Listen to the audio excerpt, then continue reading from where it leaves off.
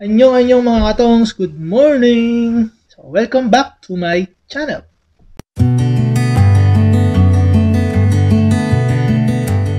So, before anything else, I would like to thank everyone who watched the first four video of Tong TV's Thesis tutorial. And as of today, we reached 600 plus subscribers. Thank you so much. For today's vlog, we're going to continue the Thesis tutorial series. So we're going to deal with the review of related literature. So I think this is one of the most challenging part of writing a thesis. This part, the review of related literature, should be done before or during the topic brainstorming, because it will help you to widen your idea or knowledge about your chosen topic.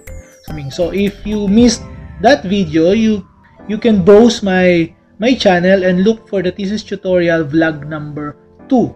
So what is the formal definition of the review of related literature and studies? So when you say literature, according to Brotherton, literature is all that is known or unknown about a topic or field. So we have two kinds of related literature. Number one is conceptual literature. So when you say conceptual literature, they are of course concepts, theories, laws, okay, and other that is the same under this, that are usually published in books and magazines. While the other one is the research literature or study. So they are also known as the theses, dissertations, and other journal articles, so either printed or electronic. So what the review of related literature discuss about? So this part discuss about the principles, theories, opinions of experts and authorities on that field, and the different recent studies conducted related to the topic. So what is the purpose of having or doing this kind of step, the review of related literature? So according to Newman, RRL will help us or the authors to narrow down a broad topic. Another purpose of RRL is that it will inform you about what is known about a topic. You can look for different past studies and it will give you the ideas, okay, or factors or terms and issues surrounding a topic. And possibly, as I mentioned on my previous vlog, some of the studies give recommendations for further study, so you can look on that. So you may replicate it, retest it, or even extend what other author did on their study.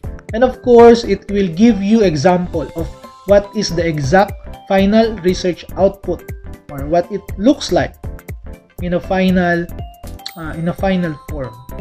Another importance or another purpose is that while doing the RRL, you're going to have the idea or examples of research designs. So research design is very important of doing research. So it will be discussed on the following vlogs. So where can we find related literature? So the following are the different sources of RRL. So number one is books, articles like newspapers, magazines, and periodicals, encyclopedias or almanacs, letters, memos, and speeches, laws like constitutions, RAs, PD, and even city ordinances. And of course, bulletins and circulars from government offices. So they are all acceptable. Another are records of a company like schools if you are dealing with student population, etc. Reports of all kinds. So for example, you need some statistics from UNWTO, the Department of Health or Ministry of Health, Education, etc. etc. Another is the articles from different professional journals, unpublished thesis and dissertations. Even manuscripts are also included.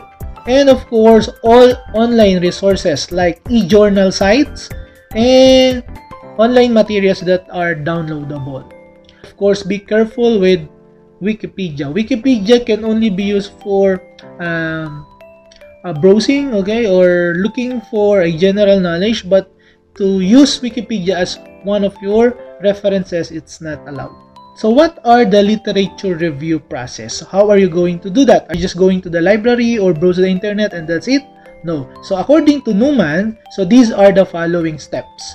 So number one, refine the topic. So from a broader topic, you're going to have a narrower topic. Second, design your research. So you may decide what materials are you going to use, online, printed, or both. Third one is locate the materials. Fourth, so when you found the materials, read and take notes on the reports found. While reading, you take notes. You may take notes important terms and then put the page or put the URL, etc., etc. The next one is organize the notes, synthesize it, and write the review. Is it really important or connected to your study? And lastly, this is very important, create the reference list. Most of the researchers or the newbie in research, they just search for materials and then on the latter part, or they forgot to list the different references. Okay, so don't forget that. It might give you a headache or difficulty in going back of your references. So this chapter in the traditional format has 3 parts. So part 1 is the literature review. The second part is the synthesis. And lastly, the third part, which will be discussed separately, is the frameworks, conceptual frameworks or theoretical frameworks. Regarding the frameworks, there are some universities that the frameworks are included in chapter 2 but there are some universities or thesis format that the frameworks are included in chapter 1 or sometimes in chapter 3. So just follow your university format. Let's talk about part 1, the literature review. As a tip for you, you need to organize your related literatures thematically. So when you say thematically, all the discussion should be organized according to the major topic type. For you to understand more, I give you an example. So on this one, it's talking about lodging industry in certain locale in the Philippines, which is Tagaytay City. So in the circled topic, it talk about the history of Tagaytay City. So in short, when you say thematically, it doesn't matter whether the literatures that connect to the history of Tagaytay are local or foreign, whether they are books, they are journals, etc. As long as its focus is about the history of a certain topic, it's about the history of your topic or Tagaytay City, to be specific. Another one, what are the major departments in the lodging industry? So same. So as you can see, we have different references. So disregard where did you found the literatures or the information, whether they are from books, online, etc. So as long as it will support your topic. But still, there are some traditional formats that they organize their RRL according to different parts, just like local literature, local studies, foreign literature, and foreign studies. So it doesn't matter what is their topic, but they just organize their review based whether they are local or foreign, or even they are literature or studies. Okay, part 2 is the synthesis. So what do you mean by synthesis? So when you say synthesis, this is the comparison or the comparative analysis of your study compared to your reviews. Either they are similar or contrast to each other. You can have a 3-paragraph synthesis. So for paragraph number 1, you may discuss about the similarities of other studies to your studies. Paragraph number 2, you may discuss the difference of other studies to your study. And lastly, what is the uniqueness of your study? So these 3 paragraphs or these 3 patterns may help you to compose your synthesis. There's a unique characteristic of RRL, or let's say criteria. Okay, so for example, you found a book which is published or copyright last 1960s. Is it still acceptable to be your related literature? According to Calderon and Gonzalez, the literature should only be use if it is 5 years old. So for example, this year is 2019, so the latest literature that you can use is 2014. There are some exemptions.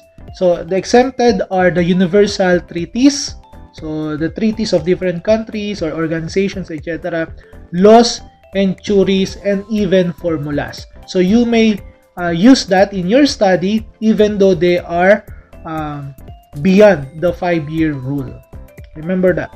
Just be sure that all the references that you use should be cited. Okay, don't forget that, because you need to avoid plagiarism. Okay, and of course, another tip: do not use the term rephrase. Okay, when you say rephrasing, is you are just changing the words, etc., etc., or doing the sentences from active to passive voice. No. When you say review of related literature, you did your readings, you did your review, and then write the review based according to your words. Except if you're going to cite them word for word, so you may put asterisk on quote and quote on that if it's really needed. And another thing, you may use paraphrasing. So when you say paraphrasing, just like what I've told you, you read and then you write using your own words. Okay, so that's it. So that's the short discussion about review of related literature. Thank you so much, and don't forget to subscribe if you are just new on this channel, and don't forget to share this vlog so that many people or many students, researchers will watch this vlog. Thank you so much. And for my previous thesis tutorials, I included their links on the description box. So thank you so much again. See you on the next vlog. Bye bye.